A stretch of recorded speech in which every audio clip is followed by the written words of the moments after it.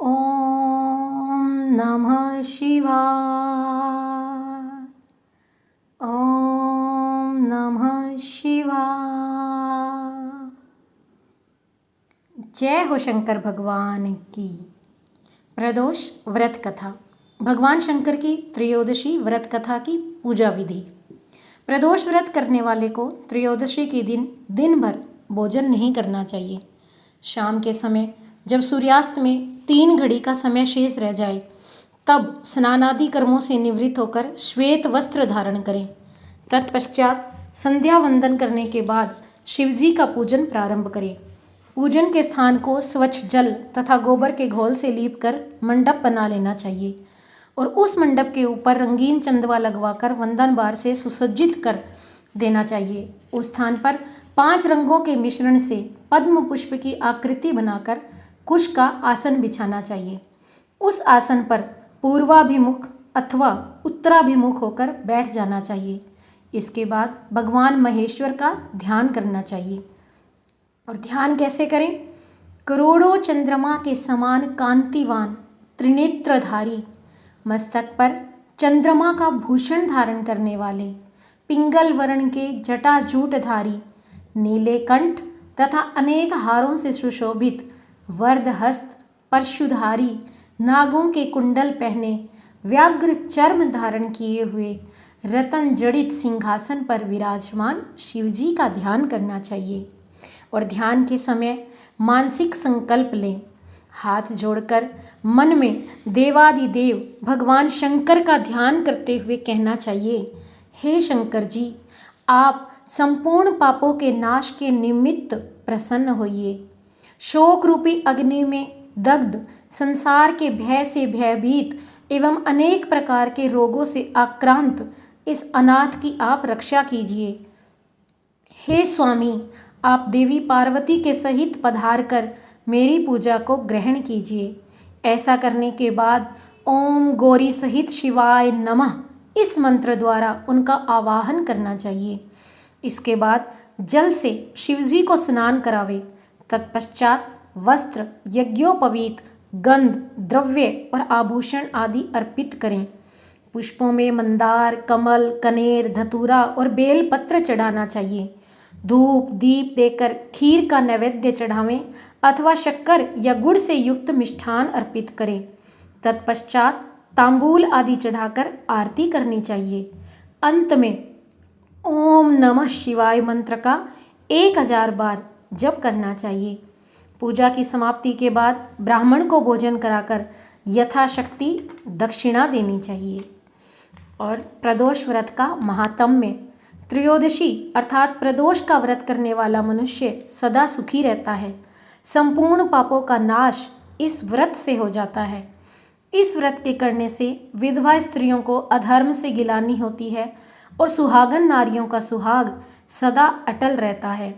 बंदी कारागार से छूट जाता है। जो स्त्री पुरुष जिस कामना को लेकर इस व्रत को करते हैं उनकी सभी कामनाएं कैलाशपति शंकर पूरी करते हैं।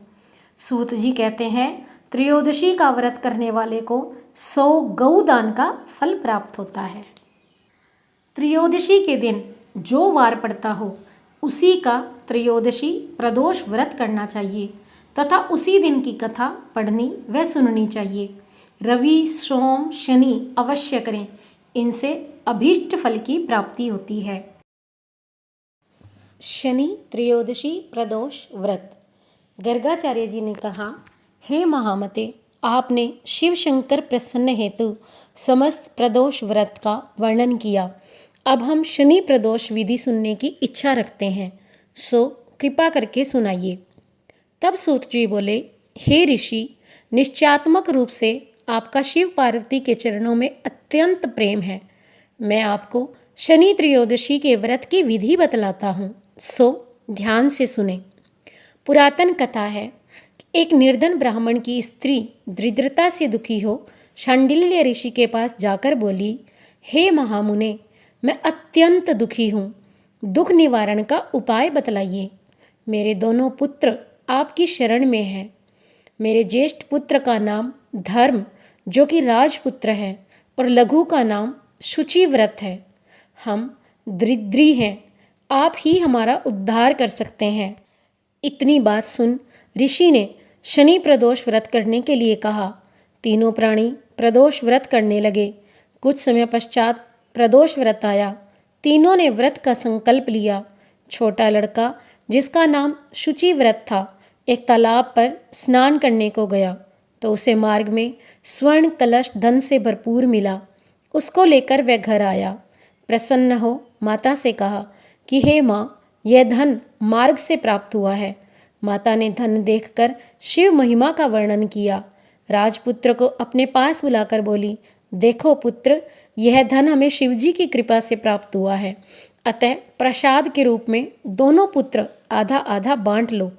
माता का वचन सुनकर राजपुत्र ने शिव पार्वती का ध्यान किया और बोला, पूज्य, यह धन आपके पुत्र का ही है, मैं इसका अधिकारी नहीं हूँ।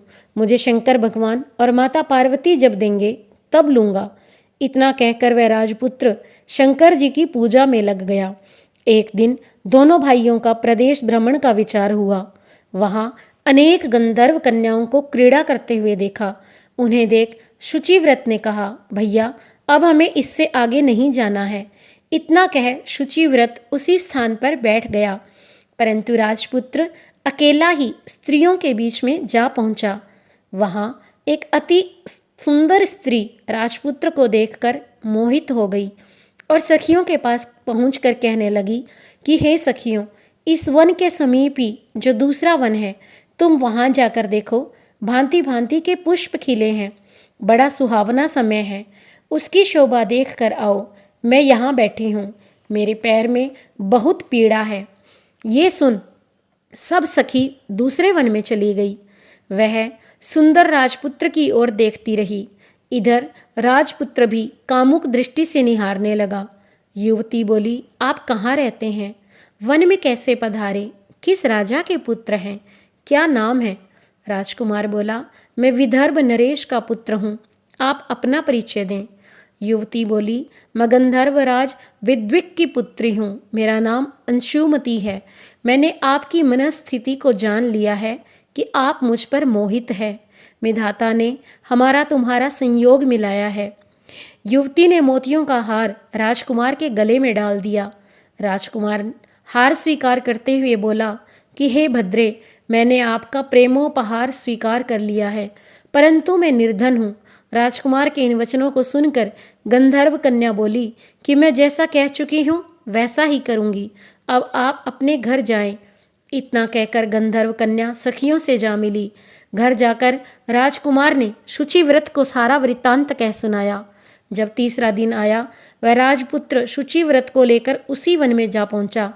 वहीं गंधर्वराज अपनी कन्या को लेकर आ पहुंचा। इन दोनों राजकुमारों को देख आसन दे कहा कि मैं कैलाश पर गया था।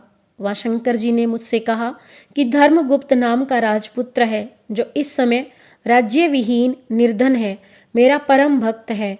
हे गंधर्वराज, तुम उसकी सहायता करो। मैं महादेव जी की आज्ञा से इस कन्या को आपके पास लाया हूँ, आप इसका निर्वाह करें। मैं आपकी सहायता कर राजगद्दी पर बिठा दूंगा। इस प्रकार गंधर्व कन्या को पाकर राजपुत्र अति प्रसन्न हुआ। भगवान शिव की कृपा से अपने शत्रुओं का दमन करके राज्य का सुख भोगने लगा। बोलिए शंकर भगवान की जय। इस कथा के पश्चात भगवान विनायक की कथा अवश्य सुने और फिर भगवान शंकर की आरती करें।